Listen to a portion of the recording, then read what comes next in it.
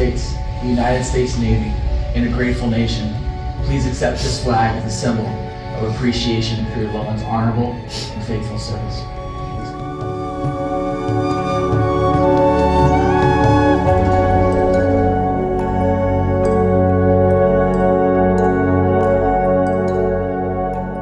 It's not about where you are, it's about who you are. And if you ever seen the look in his eyes when he was determined, when he put forth that effort, it's something that'll change you, and it inspires you. The way he's changed my life has been unparalleled. When I made chief, I thanked him, because he always made me look good. I'll never forget the impact that he's had on me.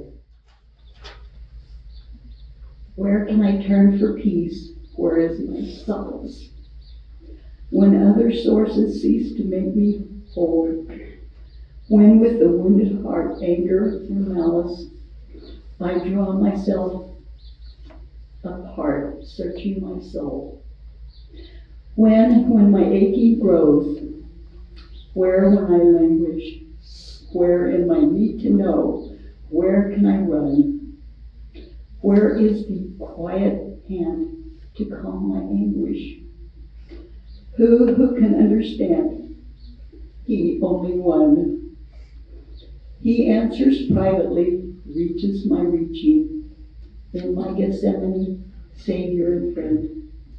Gentle the peace he finds for my beseeching. Constant he is and kind, love without end.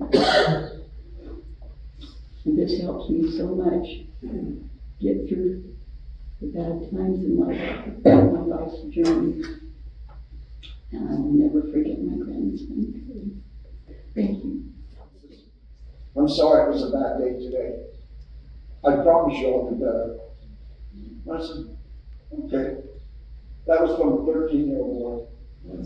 He was 13 at the time he told me that. And boy, was he right. Every day it was better. Shortly after that, I'd come into work, give me a big old hug. Billy Graham, it's good to see you. I said, Trey, it's good to see you too, buddy. Glad to see you all right.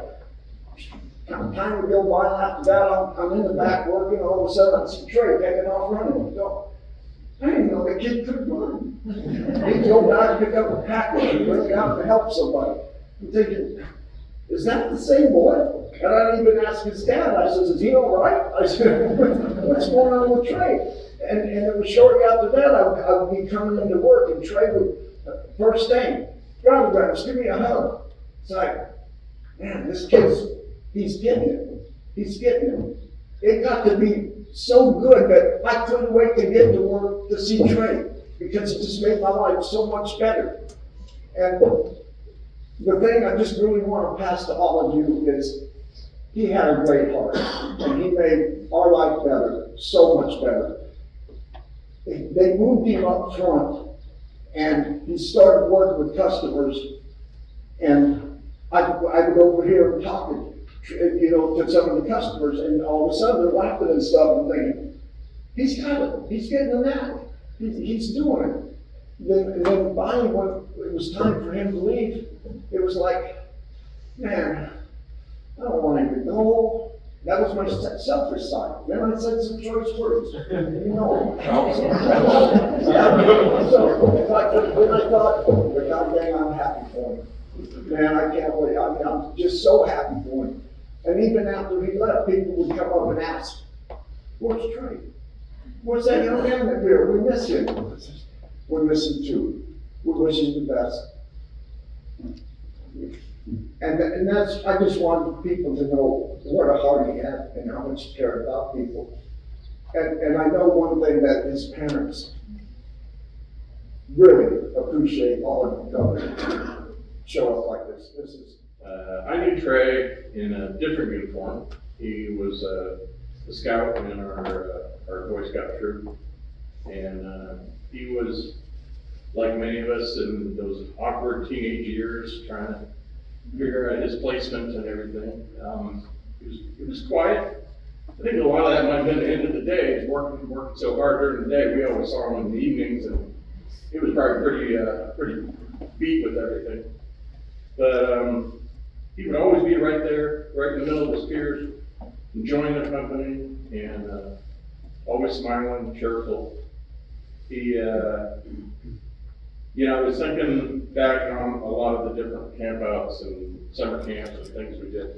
It's one of the things I like about Scouts is it puts these boys into situations they're not used to being in, and not the first world problems of, oh, batteries are out of my controller, I don't have any batteries. It brings down to you're out there in the middle of the wilderness, and if nobody steps up to cook the food or clean the dishes, then stuff just doesn't get done. So, and he'd always be the one to be there if somebody needed help, somebody needed assistance. He would do it, and he wouldn't complain. I can't remember a single time that I remember him complaining about anything. So, he will be missed, and it's really good to hear from everybody that's gone on to experiences coming out. I'm 44 now, so I joined later in life. I had kids, and at this point in my life, it's cool just seeing the young people come up and want to do what we do. This is not easy job at all. It's really fun. It's different, and just for anybody young like Trey, to be able to join and do what he's done means a lot. So I just want to let you guys know that first of all. Okay. Speaking of fun, there's this one beautiful memory I have with Trey. So we're in San Francisco Fleet Week, and this is the time where the Navy pretty much, or the military pretty much shows off what we do. We kind of give back to everybody, let them know, like, hey, this is our ship, this is what we really do, And we had a little fun in between, right? So one night, it was myself, Trey, and two other sailors, and we went to Oakland. And to get to Oakland from San Francisco, we just take a trolley, right? It's a trolley cross. It was real fun.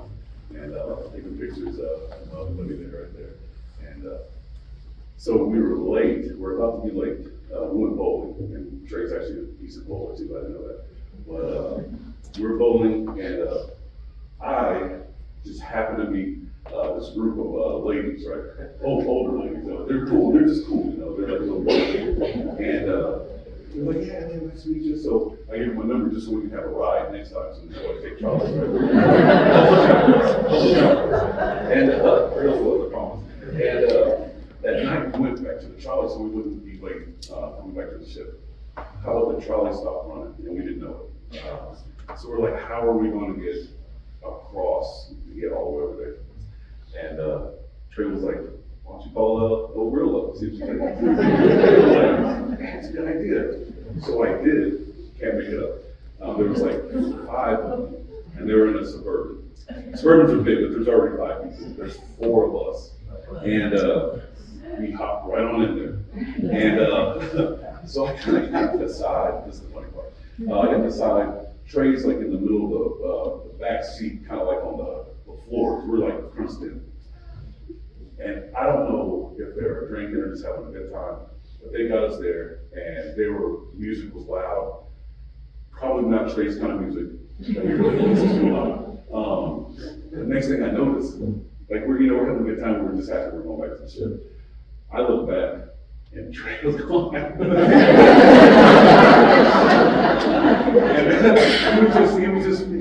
And he was something else, and we all know that. So I just want to share a great story about him in the military. And I know a lot of his family know him before the military, and I just want you guys to know that he was really, really special. Very, very special. The Lord is my shepherd. I lack nothing. He makes me lie down in green pastures. He leads me beside quiet waters as he refreshes my soul. He guides me along the right paths for his name's sake. Even though I walk through the shadow of death, I will fear no evil. For you are with me. Your rod and your staff, they comfort me. You prepare a table for me in the presence of my enemies. You anoint my head with oil, and my cup overflows. Surely your goodness and love will follow me all through the days of my life,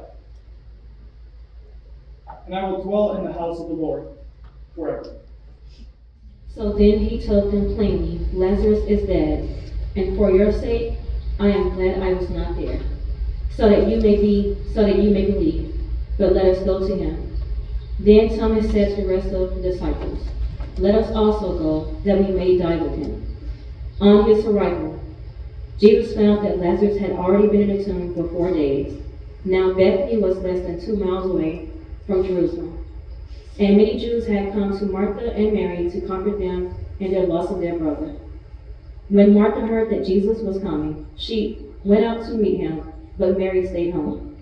Lord, Martha said to Jesus, if you had been here, my brother would not have died.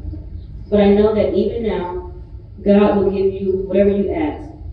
Jesus said to her, your brother will arise again. Martha answered, I know he will rise again in the resurrection at the last day. Jesus said to her, I am the resurrection and the life. The one who believes in me will live, even though they die. And whoever believes by believing in me will never die. Do you believe this?